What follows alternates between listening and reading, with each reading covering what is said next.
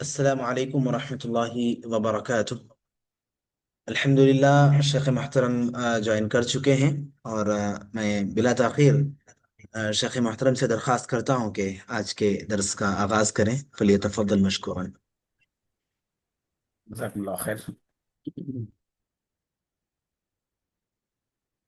السلام علیکم ورحمۃ اللہ وبرکاتہ۔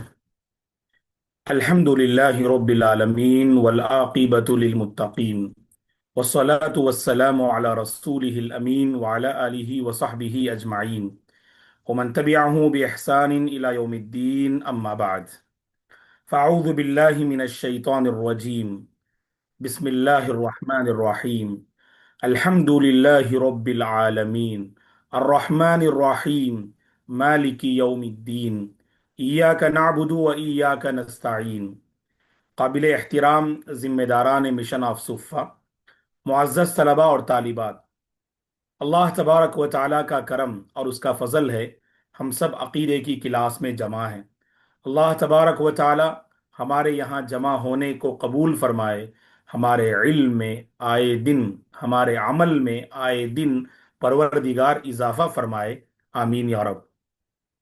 کل ہم نے جس کتاب کو ہم پڑھ رہے ہیں، خذ عقیدتک من الکتاب والسنہ الصحیحہ، اس کتاب کے الحمدللہ 6 سوالات اور جوابات سے ہم فارغ ہوئے۔ آخری سوال جو کل کی کلاس میں ہم نے لیا، جو کل کی تیسری کلاس تھی، اور الحمدللہ آج عقیدے کی یہ چوتھی کلاس ہے۔ اور کل ہم نے جو چھٹا سوال آپ کے حوالے کیا اس کتاب کی روشنی میں، کہ صاحب کتاب رحمہ اللہ نے جو سوال کیا تھا، اللہ تعالیٰ نے پیغمبروں کو کیوں بھیجا، اس کا جواب دیتے ہوئے کہا کہ اللہ تعالیٰ نے پیغمبروں کو بھیجا تاکہ وہ دعوت دیں قوم والوں کے مابین ایک اللہ کی بندگی کی جانب اور شرک سے روکیں۔ اور میں نے کہا کہ لا الہ الا اللہ کا پیغام یہی ہے، انبیاء کا مشن لا الہ الا اللہ رہا ہے کہ لوگوں کو توحید کی طرف دعوت دینا اور شرک سے روکنا۔ اس کی دلیل اللہ نے سورہ نحل میں کہا وَلَقَدْ بَعَثْنَا فِي كُلِّ أُمَّةٍ رَسُولًا أَنِ اعْبُدُوا اللَّهَ وَاجْتَنِبُوا الطَّاغُوتَ، کہ ہر پیغمبر کو جو اللہ نے مبعوث کیا، اس پیغمبر کا پیغام یہی تھا کہ ایک اللہ کی عبادت کرنا اور اس کے وَاجْتَنِبُوا الطَّاغُوتَ، اور طاغوت سے بچے رہنا، بتوں کی پرستش سے بچے رہنا، غیر اللہ کی پوجا پاٹ سے بچے رہنا، اللہ کے علاوہ اوروں کی بندگی سے بچنا، یہ طاغوت ہے۔ اور ہم نے آپ سے کہا کہ طاغوت، علماء نے کہا کہ کل ما عبید من دون اللہ فہو طاغوت، کہ اللہ کے علاوہ جس کی پرستش کی جائے اسے طاغوت کہا جاتا ہے۔ اور یہاں پر اس کی جو تعریف آپ کی کتاب میں ہے، الشیطان الداعی الی عبادت غیر اللہ، کہ شیطان جو غیر اللہ کی پرستش کی جانب دعوت دینے والا، اس کو طاغوت کہتے ہیں۔ حقیقت میں شیطان کی یہ بڑی سازش ہے دوستو۔ اللہ نے سورہ حشر میں کہا اذ قال الشیطان للانسان، کہ شیطان انسان سے کہتا ہے اکفر، کفر کرو، شرک کرو، توحید کو چھوڑو، یہ شیطان کی دعوت ہے۔ اور جب وہ کفر کر بیٹھے، فلما کفر قال انی بریء من، کہا کہ اگر وہ کفر کر بیٹھتا ہے کافر، اگر وہ کفر کر بیٹھتا ہے انسان، تو شیطان کہنے لگتا ہے میں تم سے اور تمہارے کفر سے بری ہوں۔ اسی لیے شیطان جب جہنم میں تقریر کرے گا، سارے جہنمی، اللہ ہم سب کی نار جہنم سے حفاظت فرمائے، جب شیطان جہنم میں تقریر کرے گا، اللہ نے اس تقریر کو سورہ ابراہیم میں بیان کیا، وقال الشیطان لما قضی الامر ان اللہ وعدکم وعد الحق ووعدتکم فاخلفتکم، شیطان پورے جہنمیوں سے کہے گا دنیا میں اللہ نے تم سے وعدہ کیا تھا پیغمبروں کی زبانی، کتابوں کو نازل کر کے، کہ تم توحید کو اپناؤ جنت ملے گی، اللہ کا وعدہ سچا تھا، اور میں نے بھی تم سے وعدہ کیا تھا، میں نے تمہیں توحید سے ہٹایا، میں نے تمہیں اللہ کی بندگی سے ہٹایا، اور تم نے میرے وعدوں کو قبول کیا۔ اللہ کا وعدہ سچا تھا اور میرا وعدہ جھوٹا تھا، میں نے اپنے وعدے میں خلاف ورزی کی۔ میں نے تمہیں صرف دعوت دی، وما كان لي عليكم من سلطان الا ان دعوتكم فاستجبتم لي، میرا تم پر کوئی زور نہیں تھا۔ شیطان کسی کو زبردستی پکڑتا نہیں ہے، وہ صرف دعوت دیتا ہے، وہ لوگ اس کی دعوت کو قبول کرتے ہیں۔ تو اسی لیے شیطان کہے گا تم نے میری دعوت کو قبول کیوں کیا؟ میں بھی مصیبت میں مبتلا، تم بھی مصیبت میں مبتلا، نہ میں تمہارے کچھ کام آ سکتا، نہ تم میرے کچھ کام آ سکتے۔ یہ کب کہے گا شیطان؟ جب پورے لوگ جہنم میں چلے جائیں گے، جہنمی۔ تو اسی لیے دوستو، یہ شیطان، اللہ نے قرآن میں ایک اور مقام پہ کہا انما یدعو حزبہ لیکونوا من اصحاب السعیر، شیطان اپنی جماعت کو دعوت دیتا ہے تاکہ وہ جہنمی ہو جائیں۔ اللہ ہم سب کی حفاظت فرمائے۔ اور ہمارے نبی کیسے تھے؟ اللہ اکبر! آپ نے کیا فرمایا؟ اللہ کے نبی نے اپنے متعلق مثال دیتے ہوئے، سمجھاتے ہوئے کہ آپ کی امت کے ساتھ سبحان اللہ جو مہربانی ہے، اس کو سمجھاتے ہوئے آپ نے فرمایا انا آخذ بحجزکم وانتم تقتحمون فیہا، میں تمہاری کمر پکڑ پکڑ کر تمہیں جہنم سے روک رہا ہوں، اور تم ہو کہ اس میں داخل ہوتے جا رہے ہو، اور تم ہو کہ اس میں داخل ہوتے جا رہے ہو۔ وَأَنَا آخِذٌ بِحُجَزِكُمْ وَأَنْتُمْ تَقْتَحِمُونَ فِيهَا۔ تو اسی لیے دوستو، شیطان کی سازش اس امت کو شرک میں لگانا، اور اللہ کے نبی کی فکر یہ امت توحید پہ رہے، توحید پہ رہے، توحید پہ رہے۔ اسی مقصد کے ساتھ اللہ نے ہر پیغمبر کو بھیجا، اور ہر پیغمبر اپنے مشن میں کامیاب رہے۔ وہ نوح علیہ السلام کی دعوت ہمارے ذہن میں ہوگی، جو اللہ نے قرآن مجید میں کہا۔ نوح علیہ السلام نے کہا، سورہ نوح 20 پر 90 پارے کی سورت ہے، قال ربی انی دعوت قومی لیلا ونہارا۔ نوح علیہ السلام نے کہا میں نے اپنی قوم کو دعوت دیا ہے پروردگار، کیا دن کیا رات، کبھی تنہائی میں دعوت دی، کبھی لوگوں کے سامنے میں نے دعوت دی، کھلم کھلا میں نے بلایا، چھپ کر میں نے بلایا۔ فلم یزدہم دعائی الا فرارا، کیا تڑپ تھی نبی نوح کے اندر، ہر نبی کے اندر وہ تڑپ تھی۔ اسی لیے اللہ کے نبی نے ایک نبی کا ذکر فرمایا، صحیح مسلم کی حدیث ہے، اللہ کے نبی نے فرمایا کہ ان النبی صلی اللہ علیہ، حضرت ابن مسعود رضی اللہ عنہ فرماتے ہیں ان النبی صلی اللہ علیہ وسلم حکا نبی من الانبیاء ضربہ قومه فأدموه فمسح الدم عن وجهه يقول اللهم اغفر لقومي فإنهم لا يعلمون۔ اللہ کے نبی نے ایک نبی کا ذکر فرمایا جو پچھلی قوموں کے ایک نبی تھے۔ اس نبی کی قوم نے اس نبی کو ستایا، مارا، اس قدر ستایا اور مارا، اللہ اکبر، ان کے چہرے سے خون بہنے لگا۔ وہ اپنے چہرے سے خون پوچھتے جاتے، خون پوچھتے جاتے، اور اللہ سے کہتے اے پروردگار میری قوم کو بخش دے، وہ مجھے نہیں جانتی ہے، میری قوم کو معاف کر دے، وہ مجھے نہیں جانتی ہے۔ بڑے صابر تھے یہ انبیاء، بڑے بردبار تھے یہ انبیاء، بڑے فکر مند تھے یہ انبیاء۔ اسی لیے معزز طلباء اور طالبات، ہمیں بھی وہ توحید کی فکر لے کر جینا۔ آج ہمیں فکر ہے، دنیا کی فکر ہے، اپنی آسائش اور راحت کی فکر ہے، اپنی زندگی کی ہمیں فکر ہے۔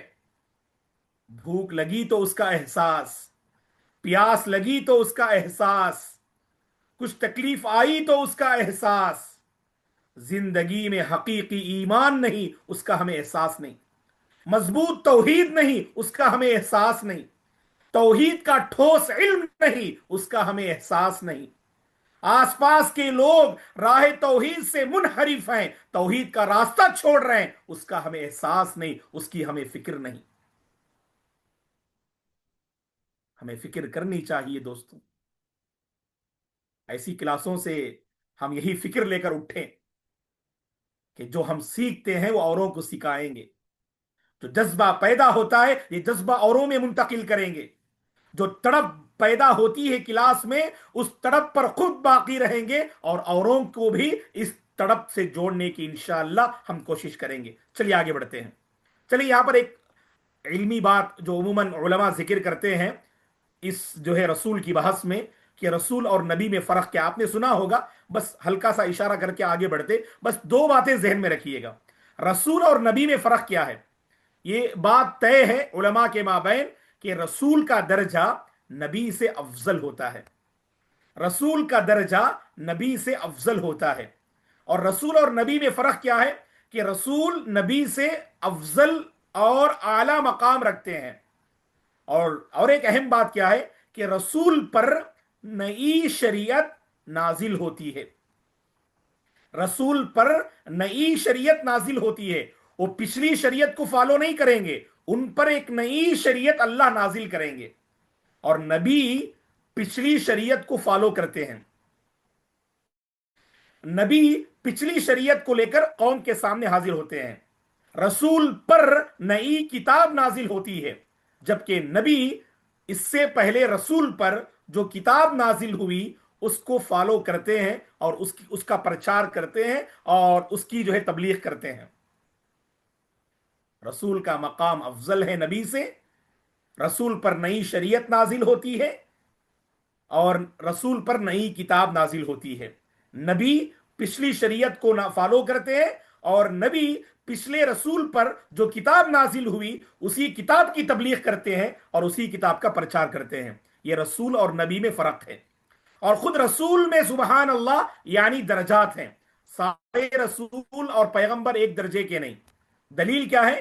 تیسرے پارے کی پہلی آیت، تیسرے پارے کی پہلی آیت پڑھیے، تلک الرسل فضلنا۔ اللہ تبارک و تعالی نے تیسرے پارے کی پہلی آیت میں کیا فرمایا کہ تلک الرسل فضلنا